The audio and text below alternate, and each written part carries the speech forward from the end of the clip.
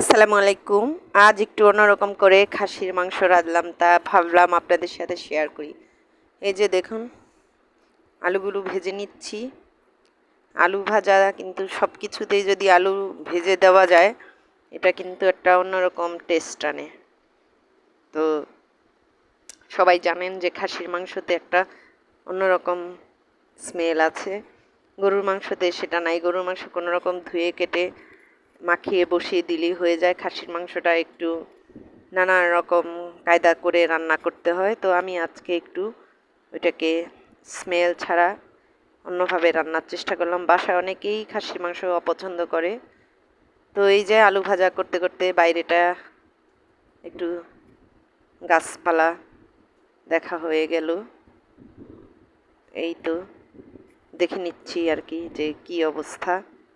আলু ভাজতেছি আর এদিক দিয়ে দেখে নিচ্ছি যে এখন আলু ভাজা হয়ে গেছে, দেখা টেখা সব শেষ। এখন আমি কি করলাম, এখানে ফোড়নে দিয়ে দিলাম। ওই যে বলেছি খাসির মাংস একটু অন্যরকম করে রান্না করা লাগে। ফোড়নে দিয়ে দিলাম বাদাম, জিরা, রসুন, দারুচিনি, এলাচ, গোলমরিচ আর কয়েকটা পেঁয়াজ। এগুলোকে আমি ভেজে তুলে রাখবো যাতে স্মেল না থাকে। ও এর মধ্যে জায়ফল জয়ত্রীও দিয়েছি। এগুলো সব হালকা কয়েক ফোঁটা তেলে একটু ভেজে নিচ্ছি। যেহেতু এটা আমি পাটায় বাটবো, বেশি তেল দেওয়া যাবে না। বেশি তেল দিলে তো আর বাটা যাবে না, এমনি তেল তেলে পিছলা থাকবে। তো এই জন্য আমি এটাকে এখন এই যে দেখুন, এগুলাকে আমি ভেজে ঠান্ডা করে পাটায় নিয়ে নিয়েছি। এখন পাটায় বেটে নিচ্ছি।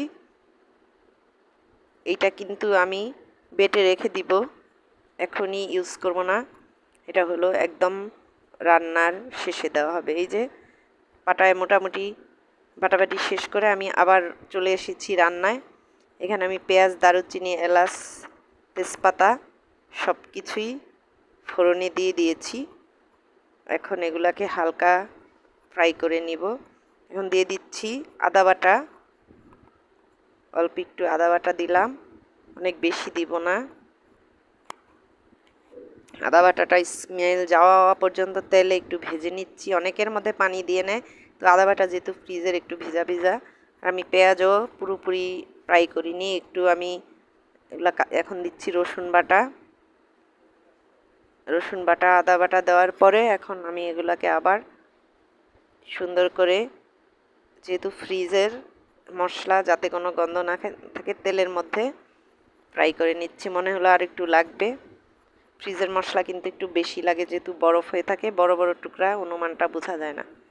এই যে দেখুন, আমি এগুলাকে পানি ছাড়াই সুন্দর করে আদা রসুনটাকে পেঁয়াজের মধ্যে আর মশলার মধ্যে ভালো করে ফ্রাই করলাম। যেহেতু মশলার পানি আছে, আমি এক্সট্রা পানি দিলাম না, আর হলুদ দিয়ে দিলাম। লাগলে যদি মশলা পুড়ে যায় তখন পানি দিব। হলুদ আর মরিচ দিলাম, দিয়ে এখন ভালো করে এগুলাকে কষতে থাকবো। আমার পেঁয়াজটাও যেহেতু ভিজা ভিজা আছে, এখানে কিছুতেই মশলাটা পুড়ে যাবে না। আমার রসুন, পেঁয়াজ, আদা সবই যেহেতু এখানে আছে, সব ভেজা ভেজা আছে। তো এই জন্য আমি আর পানি ইউজ করলাম না। এমনি দেখেন কত পানি পানি হয়ে গেছে। আমার মনে হলো আর একটু মরিচ গুঁড়া লাগবে। তো অনেক সময় কোনো কোনো রান্না হলুদের গুঁড়া বেশি লাগে, মরিচের গুঁড়া বেশি লাগে না, কম লাগে। আবার কোনো কোনো রান্না মরিচের গুঁড়া বেশি লাগে, হলুদের গুঁড়াটা কম লাগে।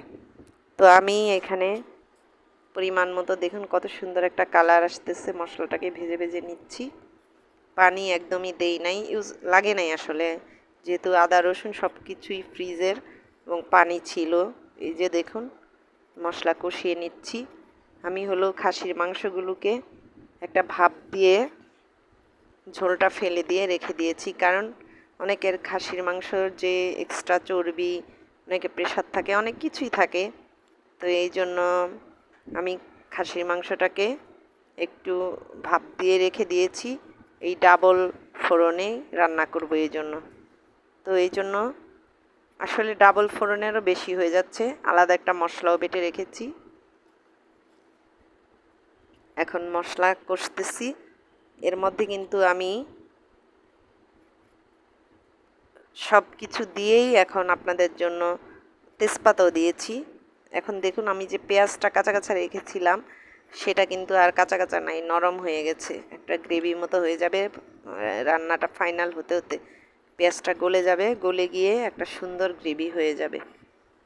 তো এখন হলো আমি এর মধ্যে টক দই আর বাদাম বাটা একসাথে মিক্সড করে রেখেছিলাম, সেই মশলাটা এখন আমার ওই মশলাগুলো আগেরগুলো ভাজা ভাজা হওয়ার পর এখন আমি টক দই আর বাদাম বাটাটা এর মধ্যে দিয়ে দিলাম। খাসির মাংস যেহেতু বললাম যে খাসির মাংস একটা ব্যাড স্মেল থাকে, অনেক মশলাপাতি বেশি দিতে হয়। এটা আসলে খাসির রেজালা রান্না হচ্ছে, কিন্তু ডাবল বাগারে হচ্ছে আর কি, দুইবার করে তারপরে করছি। টক দইয়ের মধ্যে আমি সামান্য চিনি দিয়েছিলাম। টক দিয়ে চিনি দিয়ে ফেটালে ফেটানোটা আমার ধারণা একটু ভালো হয়। এই যে আমি টক দই ধোয়া যে বাটির পানিটাও দিয়ে দিলাম আর আরও ভালো মতো কষছি। যেহেতু টক দইটাকে ভালোভাবে আমি ফেটিয়ে নিয়েছি, চিনি দিয়ে সামান্য চিনি দিয়েছি আর বাদাম বাটা দিয়ে এখন আবার মশলাতে ভালো করে কষছি। কষানো হয়ে গেলে শেষ পর্যায়ে আমি মাংস দিয়ে আবার কষবো। মাংসগুলো অ্যাড করে দিয়ে কিছুক্ষণ আবার আমাকে মশলা এবং মাংস কষাতে হবে। তারপরে হলো ওই যে আমি গরম ঝোলের পানি রেখেছি সেটা পরে দিব। দেখুন কালার কত ইয়াম্মি এসেছে। এখন হলো এই যে আমি গোস্ত বলেছিলাম আপনাদেরকে যে আমি একটু পানিতে হলুদ আর লবণ দিয়ে পানিটা বলক আসলে গোস্তটা দিয়ে কয়েকটা বলক দিয়ে আমি তুলে রেখেছি, যাতে মাংসের যে ব্যাড স্মেল সেটা অনেকটা চলে যায়, উপরের দিকের বা ভিতরেরও অনেকটাই চলে যায়। আসলে এভাবে করলে আমি বেশ কয়েকবার এভাবে খাসি গোস্ত রান্না করে দেখেছি যে খুবই সুস্বাদু হয় খেতে। সরাসরি একদম মশলা দিয়ে গরুর মাংস যেমনি আমরা বসিয়ে দিই অমনির চেয়ে খাসির গোস্তটা এমনিই বেশি মজা, কারণ ওদের গায়ে যে একটা খাসির ছাগলের একটা গন্ধ থাকে, সেই গন্ধটা থাকে না। যদি দু একটা পশম থাকে, ওই যে যখন আপনি গপ গপ করে জাল দিবেন পানিতে, দু একটা পশম থাকলে ওখানে ছেড়ে যায়। এমনিতে তো আমরা পশম বেছে বুছে এই সব সময় খাসি মাংস কিন্তু বেছে রান্না করতে হয়, কারণ ছাগলের পশম পড়ে যায় মাংসের মধ্যে, ছাগলের পশমগুলো একটু আলগা আলগা। তো এই তো দেখুন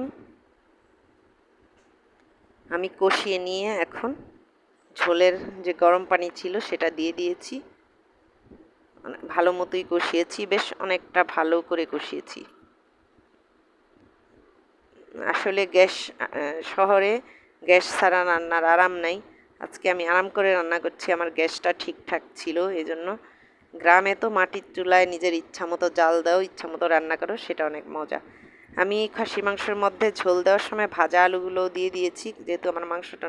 এখন হলো আমি ওই যে দিয়ে দিলাম আমি যে বাটা মশলাটা রেখেছিলাম, আপনারা দেখেছিলেন যে আমি বাটা একটা মশলা করে রেখেছি। বাটা মশলাটা দেওয়ার পর এই যে ঝোলের মধ্যে আলুও দিয়ে দিলাম। দেখেন আলুটা দেখতে কেমন, আমার কাছে অনেক সময় মাংসের চেয়ে এই আলুটা খেতেই অনেক বেশি ভালো লাগে। তো খাসির মাংস যখন নিজেরা রান্না করবেন নিজেদের জন্য, এরকম আলু দিয়ে রান্না করলেই খেতে মজা। যখন আপনি গেস্ট বা কোনো অকেশানে করবেন সেটা অন্য বিষয়, সেখানে আলু দেওয়া লাগে না, অন্যান্য অনেক আইটেম থাকে, সেটা। কিন্তু নিজেরা যখন খাসির রেজালা রান্না করবেন এমনি রাঁধুন, দেখবেন অনেক ইয়াম্মি।